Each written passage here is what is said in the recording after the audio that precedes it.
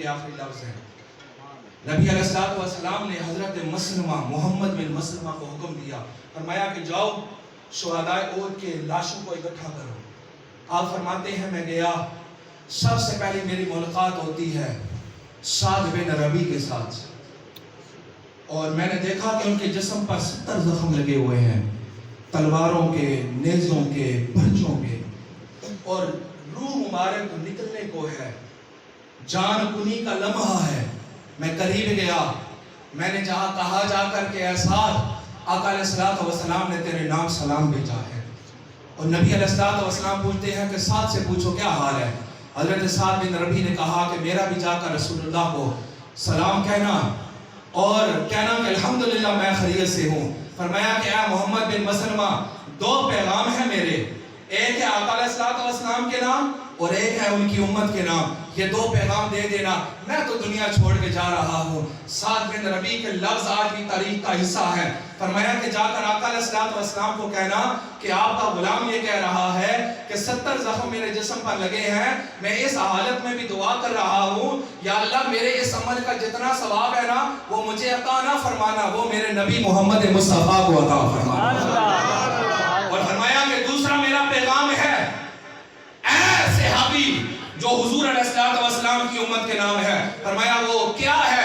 آپ نے فرمایا کہ جا کر رسول اللہ صلی اللہ علیہ وسلم کو میرا یہ پیغام دینا اور حضور کے وسیلہ سے حضور کی امت تک میرا یہ پیغام پہنچانا کہ ہم تو دنیا چھوڑ کے جا رہے ہیں، آقا علیہ السلام کی ناموس پر قربان ہو کے جا رہے ہیں، قیامت تک آنے والے مسلمانوں کے لیے میرا یہ پیغام ہے، اگر تمہاری زندگی کے اندر آقا علیہ السلام کی توہین ہو گئی، حضور کی گستاخی ہو گئی، شان رسالت مآب پر حملہ ہو گیا اور سارے مسلمان مر چکے تھے، اگر ایک مسلمان بھی زندہ ہوا، اس ایک کے زندہ ہوتے ہوئے اگر رسول اللہ کی ذات پر حملہ ہوا تو پھر یاد رکھنا قیامت والے دن اس ایک کا عذر بھی اللہ تعالیٰ قبول نہیں کریں گے، وہ یہ عذر نہیں پیش کر سکے گا یا اللہ میں اکیلا تھا میں کیا کرتا۔ نبی علیہ السلام کے صحابی نے فرمایا کہ رب فرمائے گا تو ایک تھا، تو لڑ کیوں نہیں گیا، تو ٹکر تو نے کیوں نہیں لی، تو لڑ کر پاش ہو جاتا،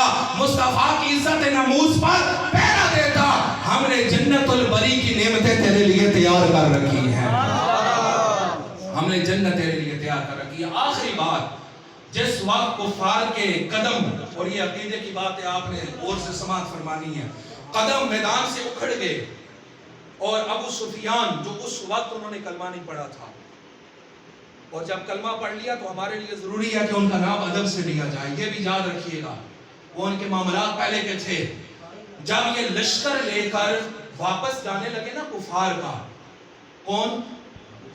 ابو سفیان، کفار کا لشکر لے کر اور سے واپس جانے لگے، ابو سفیان نے کیا کیا کہ اونچی جگہ پر کھڑے ہو گئے اور مسلمانوں کے لشکر کی طرف منہ کر کر انہوں نے ایک اعلان کیا، کہنے لگے افی القوم محمد، اے لشکر والو کیا تمہارے اندر محمد مصطفیٰ ابھی زندہ ہے؟ اس لیے کہ ان کے دماغ میں یہ بات چل رہی تھی کہ ہم نے معاذ اللہ رسول اللہ کو شہید کر دیا۔ کہنے لگے افی القوم محمد، کیا محمد مصطفیٰ تمہارے اندر ابھی زندہ ہے؟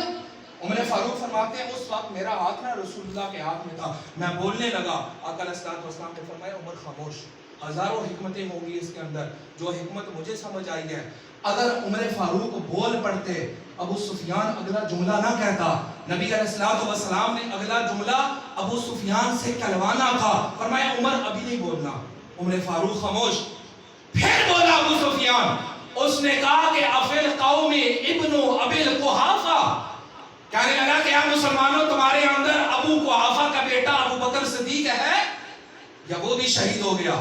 عمر فاروق کہنے لگے، میں پھر بولنے لگا، نبی علیہ السلام نے فرمایا عمر خاموش۔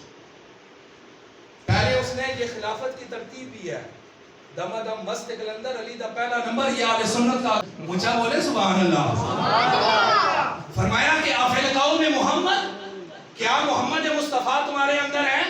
خاموش۔ اب یہ خلافت کی ترتیب ہے کہ جب آقا علیہ السلام اگر شہید ہو چکے ہیں تو پھر حضور علیہ السلام کے بعد پہلا نمبر ابو بکر صدیق کا ہے۔ کہا کہ پھر بولا ابو سفیان، اس نے کہا کہ حضور بھی نہیں اور ابو بکر صدیق بھی نہیں. اس نے کہا افل قوم ابن ابل خطاب, کیا خطاب کا بیٹا عمر فاروق تمہارے اندر ہے؟ عمر فاروق رضی اللہ تعالیٰ عنہ فرماتے ہیں رسول اللہ نے پھر مجھے کہا کہ عمر خاموش, جواب نہیں دے گا. حدیث کا مفہوم عرض کر رہا ہوں. آپ فرماتے ہیں کہ جب تینوں سوالوں کا جواب نہیں ملا ابو سفیان کو, پھر اس نے منہ کیا اپنے لشکر والوں کی طرف. اس نے کہا کہ اور کافر ماؤں کی بیٹو تمہیں مبارک ہو, رسول اللہ بھی شہید ہو گئے ہیں, ابو بکر صدیق بھی چلے گئے ہیں, عمر فاروق بھی چلے گئے ہیں. اب جب اس نے یہ بات کی رسول اللہ نے اب عمر فاروق کا ہاتھ چھوڑا اور ابو سفیان یہ بدبختی کی خوشیاں نہ منا کہ رسول اللہ بھی چلے گئے, عمر بھی چلے گئے, صدیق بھی چلے گئے. فرمایا یہ دیکھ یہ رسول اللہ صلی اللہ علیہ وسلم کھڑے ہیں, یہ ابھی قحافہ کا بیٹا ابو بکر صدیق کھڑے ہیں, اور میں وہ ہوں جسے دنیا خطاب کا بیٹا عمر فاروق کہا کرتی ہے. سبحان اللہ. اور مجھے دیکھ کر مدینے کی گلیوں سے شیطان بھی بھاگ جاتا ہے, میں ہوں وہ عمر فاروق. اب نا ابو سفیان نے پھر اپنا تیترا بدلا, اور بدل کر پتہ ہے کیا کہتا ہے؟ کہتا ہے اگر رسول اللہ بھی موجود ہے, صدیق بھی موجود ہے, عمر بھی موجود ہے, ہمیں کوئی خطرہ نہیں, چلو کوئی بات نہیں. بدر والے دن تم نے 70 ہمارے مارے تھے, آج ہم تمہارے 70 مار کے جا رہے ہیں. کتنے شہید ہوئے تھے کافر میدان بدر میں؟ 70. اور احد کے میدان میں مسلمان کتنے شہید ہوئے تھے؟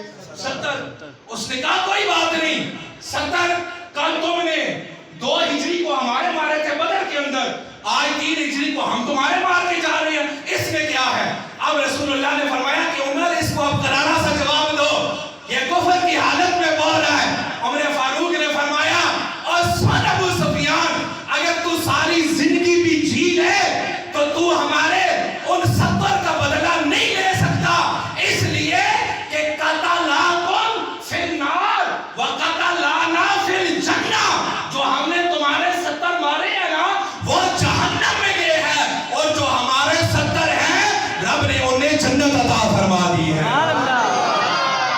قتلاکم فی النار وقتلانا فی الجنہ, یہ تم ہم سے کیسے بدلہ لے سکتے ہو ان 70 کا؟ وہ 70 تمہارے جہنم میں چلے گئے, ہمارے 70 کو اللہ تعالیٰ نے شہادت عطا فرمائی ہے.